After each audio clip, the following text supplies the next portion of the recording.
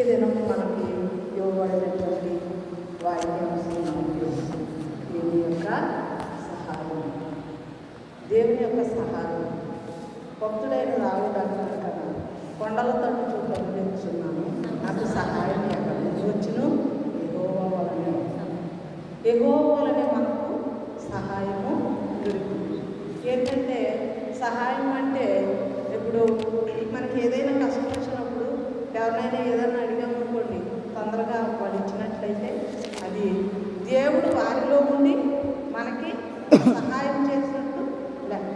కొండల తప్పుడు పనులు ఎత్తున్నానంటే కొండ అంటే ఏంటి? కొండకాడికి వెళ్ళి ప్రార్థించేదా? కొండ ఏమైనా డబ్బులు ఇస్తుందా మనకి? చెప్పండి, ఇస్తుందా?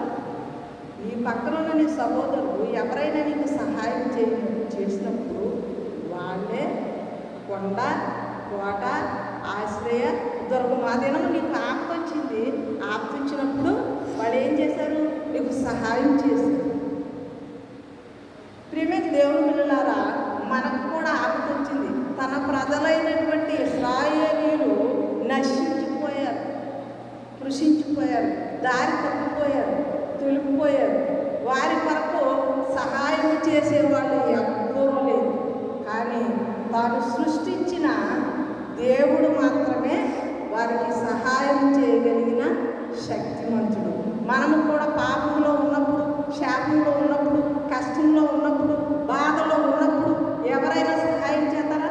వాటి నుండి విడిపించే వాళ్ళు ఎవరైనా ఉన్నారా? మన పాపం నుండి విడిపించే వాళ్ళు ఎవరైనా ఉన్నారా? మరి మనుషులకు సాధ్యమా? సాధ్యము కాదు. అప్పుడు మనకి ఎవరు కావాలి? దేవుని యొక్క సహాయము కావాలి.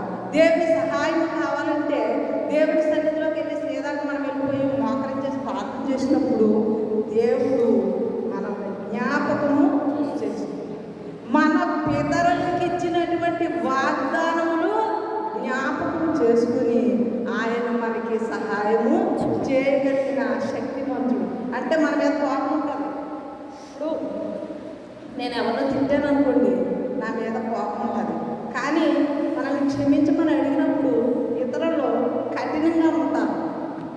కఠినంగా ఉన్నప్పుడు వారి హృదయం ఎవరు మార్చాలి?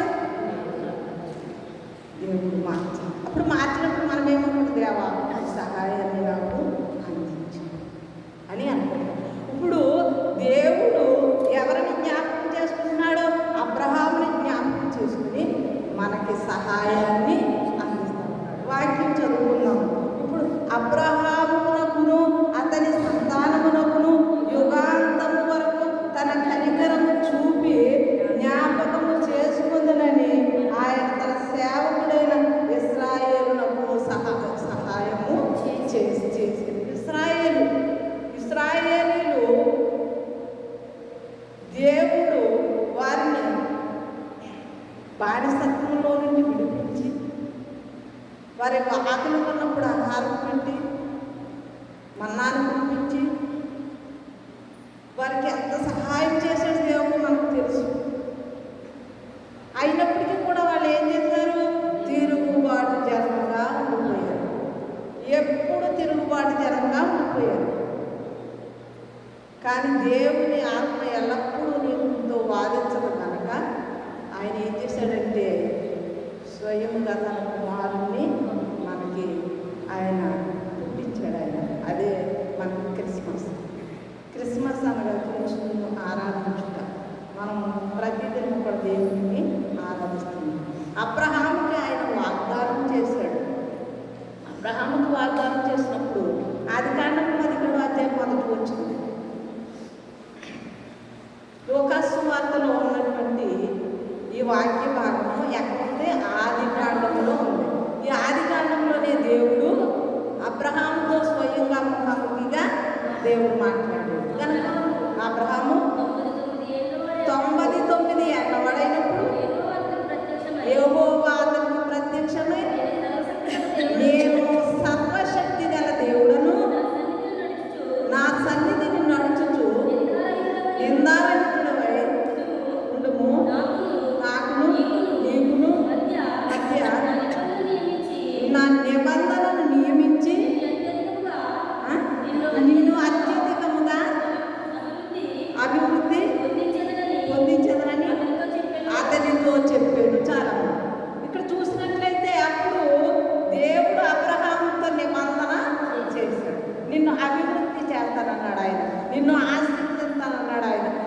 గొప్ప జనముగా చేస్తానన్నాడు ఆయన.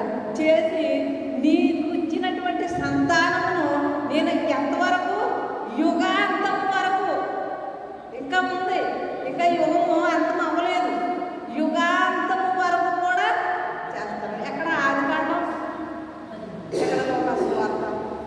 ఇంకా లోకసువార్త అని చెప్తే 2000 సంవత్సరాలు దాటిందనుకోండి,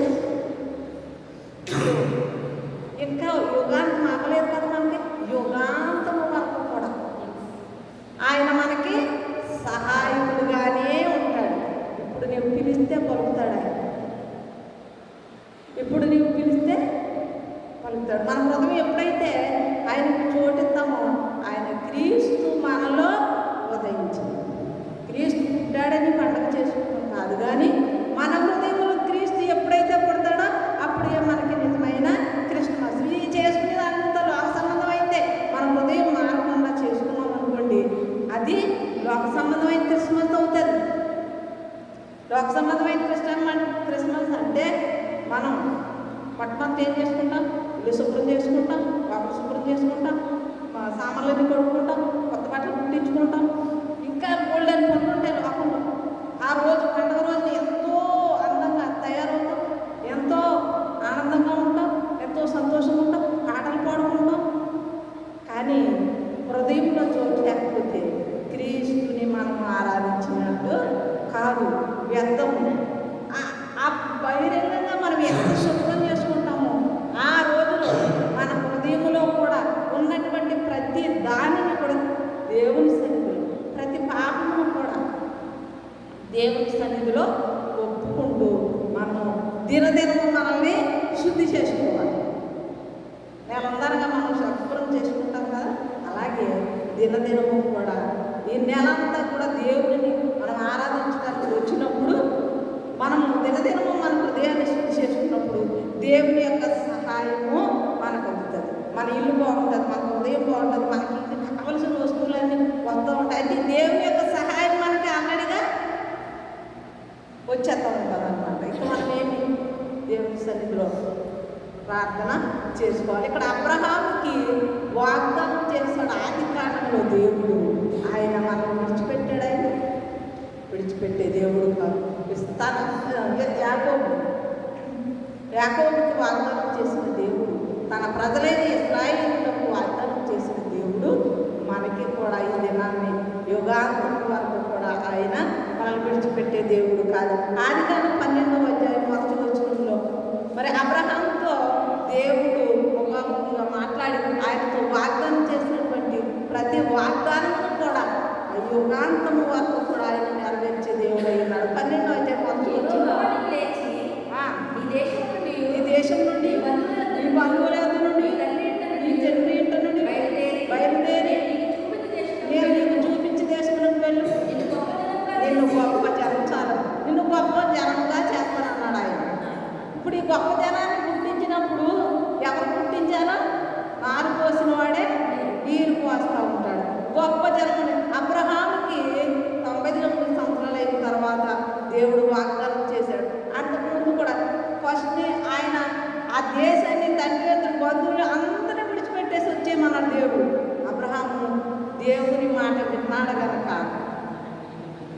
ఆయనకి, ఆయన సంతానానికి తరతరాలు, యుగయుగాలు, ఎందుకంటే దేవుని మాట వినినందున తరతరాలు, యుగయుగాలు, యుగాంతం వరకు ఆయన కృప విడిచిపెట్టలేదు. ప్రియమైన దేవుడు విన్నారు. ఈ దినాన్ని మనం చూసినట్లయితే మనం ఒక భక్తిని చేసి దేవుని మాట విన్నప్పుడు ఆ ఆశీర్వాదం వేరుగా ఉంటుంది, అది గొప్పగా ఉంటుంది.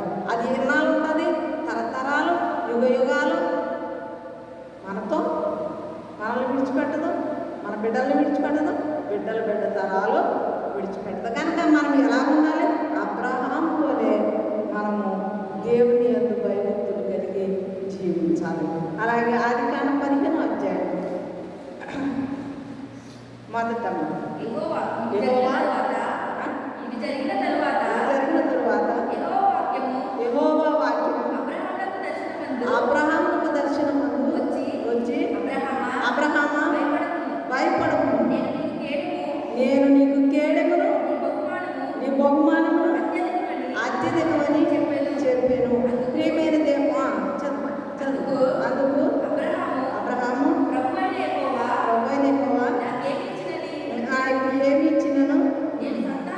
ఏ సంతానం లేని వాడనే ఉన్నాను కానీ చదువు దమస్కు ఎలియాజరే నా ఇంటి ఆస్తికర్త ఉన్నాడు. మరియు అబ్రహాము అందుకు నీవు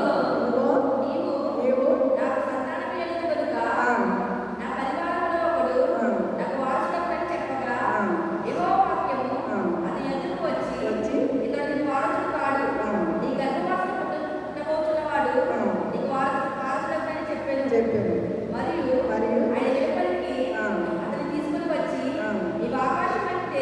అదే ఆ వాక్యం కోసం చదువు. నీవు ఆకాశం చూడు, నక్షత్రములను చేతనైతే లెక్కించమని అలా ఉండమని చెప్పారు. చూసారండి, ఇప్పుడు అప్పుడు అసలు ఏమీ లేదు. అబ్రహాం దేవుడు ప్రత్యక్షమయ్యాడు. దేవుడు ప్రత్యక్షమై చెప్తా ఉన్నాడు ఏమని, నీవు ఆకాశం వైపు తేరి చూడు, ఆ నక్షత్రాన్ని నువ్వు లెక్కించగలవా? లెక్కించు. నువ్వు లెక్కించలేవనుకో అలాగే నీ సంతానము లెక్కించలేనంత విస్తారముగా నీ యొక్క సంతానం ఉంటుందని దేవుడు వాగ్దానం చేశాడు. ఇప్పుడు ఆ సంతానంలో నుంచే ఎవరొచ్చారు? యేసు ప్రభు జన్మించారు. ఆయన లోకరక్షకుడు అబ్రహాము సంతానంలో నుంచి వచ్చాడు. లోకం అంటే దేవుడు ఆశీర్వదించి అబ్రహాముకి 99 నూరేళ్ల వాడైనప్పుడు ఆయనకి సంతానాన్ని ఇస్తానని వాగ్దానం చేసి ఉన్నాడు.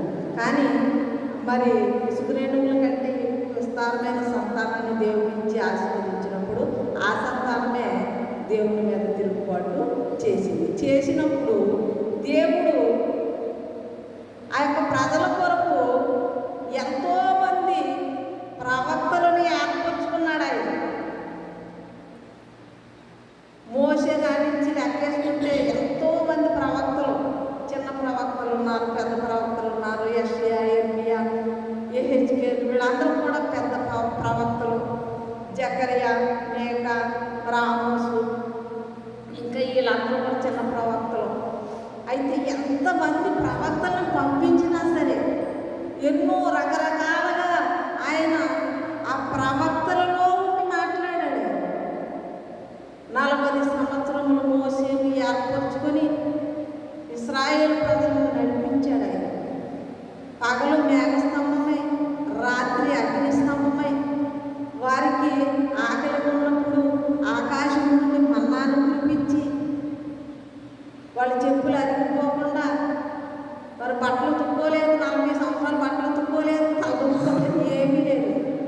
ఏ దినానికి ఆ దినాన్నే పరిశుద్ధాత్మ తండ్రి వారిని శుద్ధి చేసేవాడు. ఆయన అలాగా అంతగా ప్రేమించినప్పటికీ కూడా ఇంకా వారు తిరుగుబాటు జరగగానే మిగిలిపోయారు. ప్రవక్తలు ప్రవచనాలు పలికారు. ఎన్నో యెషయా గ్రంథంలో యేసు ప్రభు పుడతాడని ఈ గ్రంథం టైం సరిపోదు కానీ ఈ గ్రంథాలన్నింటిలో కూడా యేసయ్య పుడతాడు, లోకరక్షణ పుడతాడని అది చెబుతూనే వచ్చారు. అయినా సరే వారు మారలేదు. అప్పుడు యేసయ్య లోకంలో జన్మించి 33.5 సంవత్సరములు ఆయన భూమి మీద ఉండి సువార్తను ప్రకటించాడు. ఆయన సువార్తను ప్రకటించి ఆయన మనకి ఎంత సహాయాన్ని అందించాడంటే, రోగుల మీద ఆయన కనికరపడి రోగులను స్వస్థపరిచాడు. ఆకలి గురిన వారి మీద కనికరపడి వారి ఆకలి తీర్చాడు. విధవరాండ్లను ఆయన జ్ఞాపకం చేసుకుని వారికి కనికరం చూపించాడు. గ్రుడ్డి వారి మీద కనికరం చూపించి ఆయన కన్నులు తెరిపించాడు.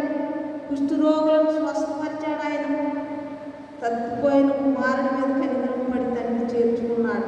అలాగే మన జీవితంలో కూడా మనకి మన శరీర భాగంలో ఎన్ని రోగాలైతే ఉన్నాయో అన్నింటినీ కూడా ఆయన భరించాడు. ఇప్పుడు ఎన్ని రోగాలు ఉన్నా మనం సజీవ లెక్కలో ఉన్నామంటే మన రోగాలన్నీ ఆయన భరిస్తూనే ఉన్నాడు. ఆయన కదమ్మా, భరిస్తున్నాడా లేదా? దేవుని యొక్క సహాయం మనం అందకపోతే ఈ రోజున మనం భూమి మీద ఉండలేము. కరోనా వచ్చినప్పుడు దేవుడు మనకి ఎంత సహాయం చేశాడు. కొంతమంది రాలిపోయారు, కొంతమందిని అయిన దేవుడు ఆయన రక్షించాడు. అందుకే మనము క్రీస్తుని ఆరాధించాలి. దేవుని సహాయం మనకి ఎల్లప్పుడూ కూడా అందుతూ ఉంటుంది. దేవుడు అబ్రహాముకు వాగ్దానం చేసినప్పుడు మనం కూడా ప్రార్థన చేసినప్పుడు మనకి దర్శనమిచ్చి మాట్లాడతాడు. మీరు గమనించండి, ఉపవాసం ఉండండి, ప్రార్థన చేయండి, దేవుని దర్శనాలు వస్తూ ఉంటాయి. క్రీస్తు ఎప్పుడు కూడా మన హృదయంలో మనం ఎప్పుడైతే ఆయన తింటామో అప్పుడే ఆయన మనలో పుడతాడు.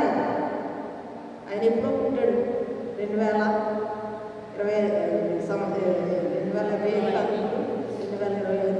ఆయన ఎప్పుడో పుట్టాడు. కానీ ఇప్పుడు ప్రతి దినము కూడా మనలో ఆయన పుడతాడు. ఆదికాండం 18:17 వచ్చిన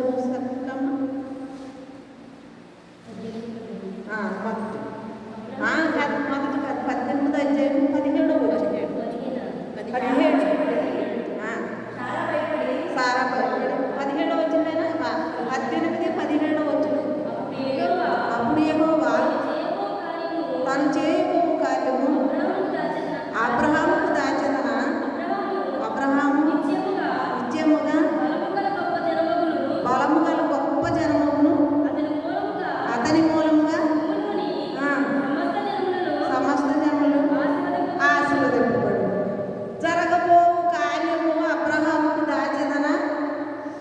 భూమి మీద సమస్త జనములు కూడా గొప్ప ఆశీర్వాదం పొందుతాయని అబ్రహాముతో దేవుడు మాట్లాడాడు. ప్రియమైన దేవుడు చెప్పారా, జరగబోయే కార్యాలు తన బిడ్డలైన వారు నిందారహితులే దేవుని సన్నిధిలో వారు ఉపవాసం ఉండి ప్రార్థన చేసినప్పుడు జరగబోయే కార్యాలన్నీ కూడా మీకు బయలుపరచబడతాయి. పాపుల కొరకు ఆయన ఈ లోకంలోనికి వచ్చాడు. నేను పాపిని కదా అని ఎవరు కూడా అనుకుంటాను వీళ్ళని అందరూ కూడా యేసయ్య సిలువ మానుడైన మరి ఎవరైతే ఆయన నమ్ముకుంటారో జరగబోయే కార్యాలు వీళ్ళ దర్శనాలు వచ్చేస్తున్నాయంట, వీళ్ళతో దేవుడు మాట్లాడేస్తున్నాడంట, వీళ్ళు పెద్ద గొప్పలు అయిపోయారంట.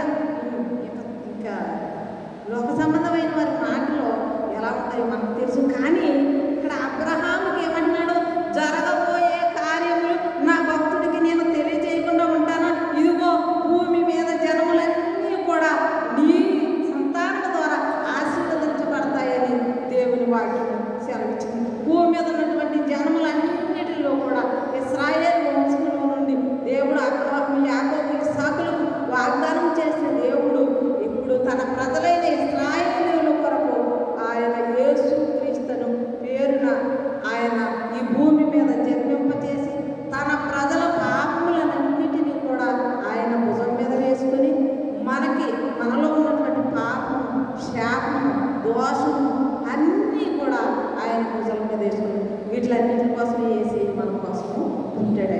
ఇవన్నీ మనలో ఎప్పుడైతే ఆయన ఖచ్చితంగా ఆయన మనలో కోరుకుంటాడు. ప్రభుత్వ ప్రియ దేవుడు ఉంటాడు. మన హృదయం దేవుడికి ఎప్పుడైతే అప్పగించుకుంటామో అదే నిజమైన క్రిస్మస్ మన జీవితం. అందరం కూడా దేవుని మనకెన్నో కష్టాలు ఉంటాయి. ఆ కష్టాలు అన్నీ కూడా తీర్చాలి అంటే దేవుని సహాయము మనకి కావాలి. ఇదే మోక్షం. అది దేవుని యొక్క సహాయం. మనుషుల సహాయము వ్యర్థం. రాజులు నమ్ముట కంటే, అధికారం నమ్ముట కంటే యెహోవాను నమ్ముట ధన్యత. ధన్యతని పొందుకోవాలి, యేసయ్య మీలో ఉపయోగించాలి అని అంటే వీళ్ళందరినీ నమ్ముకోకుండా యేసయ్యను నమ్ముకుంటే మన హృదయం అప్పుడే happy Christmas, happy Christmas, merry Christmas. కొద్ది మాటలు దేవుడు దీవించి ఆశీర్వదించుగా. ఆమేన్.